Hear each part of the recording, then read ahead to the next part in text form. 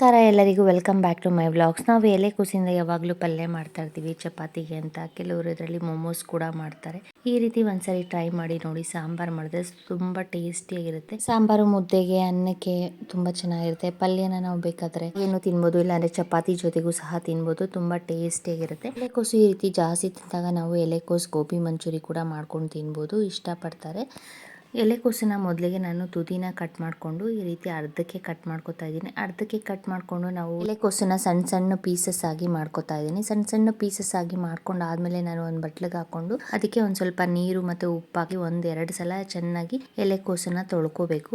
ಬೇಕಾದರೆ ಎಲೆಕೋಸನ್ನ ಈ ರೀತಿ ಆದರೂ ಕಟ್ ಮಾಡ್ಕೋಬೋದು, ಇಲ್ಲಾಂದರೆ ಒಂದೊಂದೇ ಎಲೆ ಸಪ್ರೇಟ್ ಮಾಡಿಕೊಂಡು ಆ ರೀತಿ ಆದರೂ ಕಟ್ ಮಾಡ್ಕೋಬೋದು. ಎಲೆಕೋಸು ಆರೋಗ್ಯಕ್ಕೆ ತುಂಬ ಒಳ್ಳೆಯದು, ಆದರೆ ಸ್ವಲ್ಪ ಹೀಟ್ ಕೊಡುತ್ತೆ. ಸೊ ಅದಕ್ಕೆ ನಾವು ಪಲ್ಯ ಮಾಡುವಾಗ ಸ್ವಲ್ಪ ಹೆಸರು ಕಾಳನ್ನ ಹಾಕೊಂಡ್ರೆ ಸ್ವಲ್ಪ ತಂಪು ಕೊಡುತ್ತೆ. ಈಗ ಎಲೆಕೋಸನ್ನೆಲ್ಲ ನಾನು ಸಣ್ಣ ಸಣ್ಣದಾಗಿ ಈ ರೀತಿ ಕಟ್ ಮಾಡಿ ಒಂದು ಬಟ್ಲಿಗೆ ಹಾಕೊಂಡಿದ್ದೀನಿ. ಇದಕ್ಕೆ ನೀರು ಹಾಕಿ ಒಂದು ಸ್ವಲ್ಪ ಉಪ್ಪು ಹಾಕಿ ಒಂದು 5 ನಿಮಿಷ ನೆನೆಸಿಟ್ಬಿಟ್ಟು ಆಮೇಲೆ ನಾನು ಒಂದ್ಸರಿ ನೀರು ತೊಳೆದು ಆ ನೀರು ಆಚೆ ಹಾಕ್ಬಿಟ್ಟು ಇನ್ನೊಂದ್ಸರಿ ನೀರು ಹಾಕಿ ಈ ರೀತಿ ತೊಳೆದು ಇದನ್ನು ಕುಕ್ಕರ್ ಒಳಗಡೆ ಹಾಕೋತಾ ಇದ್ದೀನಿ. ನಾವು ಪಾತ್ರೆಯಲ್ಲಿ ಬೇಕಾದರೂ ಬೇಯಿಸ್ಕೋಬೋದು. ನಾನು ಇಲ್ಲಿ ಕುಕ್ಕರ್ಗೆ ಹಾಕಿ ಒಂದು 2 ವಿಷಿಲ್ ಕೂಗಿಸ್ಕೋತಾ ಇದ್ದೀನಿ. ಈಗ ನೋಡಿ ಎಲೆಕೋಸು ಬೇಯೋಷ್ಟು ನೀರು ಹಾಕೋತಾ ಇದ್ದೀನಿ. ನಾನು ಇನ್ನೊಂದ್ಸರಿ ವಾಶ್ ಮಾಡ್ಕೊಂಡಿದ್ದೀನಿ. ಎಲೆಕೋಸನ್ನು ವಾಶ್ ಮಾಡ್ಕೊಂಡಾದ್ಮೇಲೆ ಒಂದು ಬಟ್ಲಿಗೆ ಇಲ್ಲಿ ನಾನು ಒಂದು ಚಿಕ್ಕ ಕಪ್ಪಷ್ಟು ಅವರೆಬೇಳೆ ಮತ್ತು ಒಂದು ಚಿಕ್ಕ ಕಪ್ಪಷ್ಟು ತೊಗರಿಬೇಳೆ, ಒಂದು ಸ್ವಲ್ಪ ಹೆಸರು ಕಾಳು ಹಾಕೋತಾ ಇದ್ದೀನಿ. ಈ ರೀತಿ ಮಿಕ್ಸ್ ದಾಲ್ ಹಾಕಿ ನಾವು ಸಾಂಬಾರು ಮಾಡೋದ್ರಿಂದ ಟೇಸ್ಟು ಚೆನ್ನಾಗಿರುತ್ತೆ ಮತ್ತು ಪಲ್ಯ ತಿಂತಾ ಇದ್ರೆ ತುಂಬ ರುಚಿಯಾಗಿರುತ್ತೆ. ಈಗ ನೋಡಿ ಇದನ್ನು ನಾನು ಕಾಳುಗಳನ್ನೆಲ್ಲ ಒಂದು ಸ್ವಲ್ಪ ನೀರು ಹಾಕಿ ತೊಳ್ಕೊಂಡು ನಾನಿಲ್ಲಿ ಎಲೆಕೋಸು ಜೊತೆಗೆ ಹಾಕಿ ಎಲೆಕೋಸು ಮತ್ತು ನಾವು ಹಾಕ್ಕೊಂಡಿರೋ ಬೇಳೆಗಳು ಮುಳುಗೋಷ್ಟು ನೀರು ಹಾಕಿ ನಾನಿಲ್ಲಿ ರುಚಿಗೆ ತಕ್ಕಷ್ಟು ಉಪ್ಪಾಕಿ ಕುಕ್ಕರ್ ಮುಚ್ಚಲಾಕಿ 1 ಅಥವಾ 2 ವಿಷಿಲ್ ಕೂಗಿಸ್ಕೊಂಡ್ರೆ ಸಾಕು. ನಾವು ಅವರೆಬೇಳೆನ ತೊಗರಿಬೇಳೆ ಜೊತೆ ಹಾಕಿದಾಗ ಸ್ವಲ್ಪ ಬೇಗ ಬೆಂದ್ಬಿಡುತ್ತೆ. ಅವರೆಬೇಳೆ ಬೆಂದಿಲ್ಲ ಅಂದರೆ ನಾವು ಒಂದು ಸ್ವಲ್ಪ ಎಣ್ಣೆ ಮಿಕ್ಸ್ ಮಾಡಿ ನಾವು ಬೇಳೆನ ಕುಕ್ಕರ್ಗೆ ಹಾಕಿ ವಿಷಿಲ್ ಕೂಗಿಸ್ಕೊಂಡಾಗ ಬೇಳೆ ಬೇಗ ಬೆಂದ್ಬಿಡುತ್ತೆ. ನಾನಿಲ್ಲಿ ಖಾರಕ್ಕೆ ಹಾಕ್ಕೋತಾ ಇದ್ದೀನಿ. ಮಿಕ್ಸಿ ಜಾರ್ ತೊಗೊಂಡು ಒಂದು 1/4 ಚಿಪ್ಪಷ್ಟು ಕೊಬ್ಬರಿ ಹಾಕ್ಕೋತಾ ಇದ್ದೀನಿ. ಕೊಬ್ಬರಿ ಬೇಡ ಅನ್ನೋರು ಬರೀ ಬೇಳೆ ಹಾಕಿ ಖಾರನ ರುಬ್ಕೋಬೋದು. ಅದು ಸಹ ಸಾಂಬಾರು ಟೇಸ್ಟು ತುಂಬ ಚೆನ್ನಾಗಿರುತ್ತೆ. ಇದಕ್ಕೆ ಒಂದು ಸ್ವಲ್ಪ ಹಸಿ ಬೆಳ್ಳುಳ್ಳಿ ಹಾಕೋದ್ರಿಂದ ಸಾಂಬಾರು ಟೇಸ್ಟು ತುಂಬ ಚೆನ್ನಾಗಿರುತ್ತೆ. ನಾವು ಹುರಿದೂ ಸಹ ಹಾಕ್ಕೋಬೋದು. ಅದ್ರ ಜೊತೆಗೆ ಒಂದು ಸ್ವಲ್ಪ ಬೆಳ್ಳುಳ್ಳಿನ ಹಸಿದು ಸಹ ಹಾಕ್ಕೋಬೋದು ಬಸ್ಸಾಂಬಾರಿಗೆ.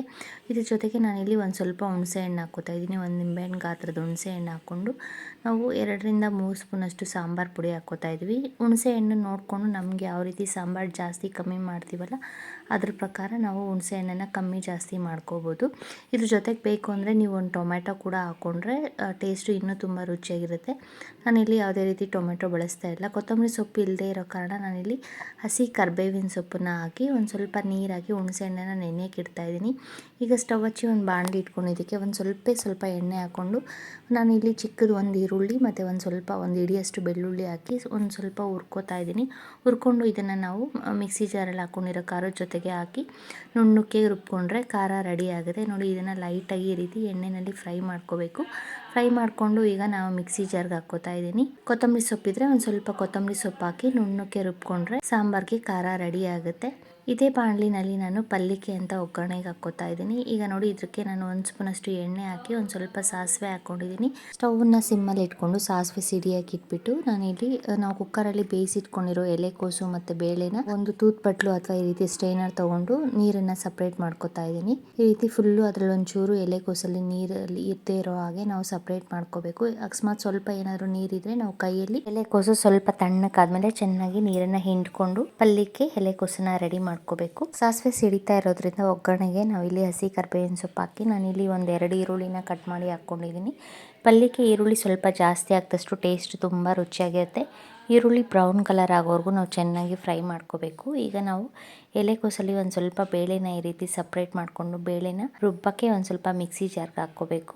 ಈ ರೀತಿ ಸ್ವಲ್ಪ ಬೇಳೆ ಹಾಕೋದ್ರಿಂದ ಸಾರು ಮಂದ ಬರುತ್ತೆ ಮತ್ತು ಟೇಸ್ಟು ಸಹ ತುಂಬ ರುಚಿಯಾಗಿರುತ್ತೆ. ಒಂದು ಸ್ವಲ್ಪ ಎಲೆಕೋಸು ಬಿದ್ದರೂ ಪರವಾಗಿಲ್ಲ, ಟೇಸ್ಟು ತುಂಬ ರುಚಿಯಾಗೇ ಇರುತ್ತೆ. ಈಗ ಮಿಕ್ಸಿ ಜಾರ್ಗೆ ನಾನು ಖಾರಕ್ಕೆ ಅಂತ ಬೇಳೆ ಹಾಕ್ಕೊಂಡಿದ್ದಾಗಿದೆ. ಇದನ್ನು ನುಣ್ಣಕ್ಕೆ ಕೊಂಡ್ರೆ ಸಾಂಬಾರಿಗೆ ಖಾರ ರೆಡಿ ಆಗುತ್ತೆ. ಈಗ ನಾವು ಬಾಂಡಿನಲ್ಲಿ ಈರುಳ್ಳಿ ಫ್ರೈ ಆಗಿರೋದ್ರಿಂದ ನಾವು ಸ್ಟೇನ್ ಮಾಡಿ ಇಟ್ಕೊಂಡಿರೋ ಎಲೆಕೋಸು ಮತ್ತು ಬೇಳೆನ ಇದಕ್ಕೆ ಹಾಕಿ ಚೆನ್ನಾಗಿ 1-2 ನಿಮಿಷ ಆ ಆಯಿಲಲ್ಲಿ ಫ್ರೈ ಮಾಡಿಕೊಂಡ್ರೆ ಟೇಸ್ಟು ತುಂಬ ರುಚಿಯಾಗಿರುತ್ತೆ. ಸ್ವಲ್ಪ ಹೊತ್ತು ಆಯಿಲಲ್ಲಿ ನಾವು ಈ ರೀತಿ ಫ್ರೈ ಮಾಡ್ಕೋಬೇಕು ಈರುಳ್ಳಿ ಜೊತೆ ಮಿಕ್ಸ್ ಮಾಡಿ.